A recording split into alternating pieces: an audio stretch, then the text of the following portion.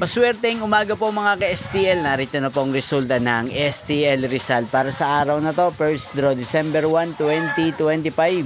Araw ng Lunes. Naway ang mga natayaan nyo pong mga numero kanina ay manalo nawa ngayong umagang ito, 11 AM. Kaya kunin nyo na po ang inyong mga ticket. Narito na po ang resulta. Ang mga numerong nanalo sa STL Rizal ngayong umagang ito, December 1, 2025.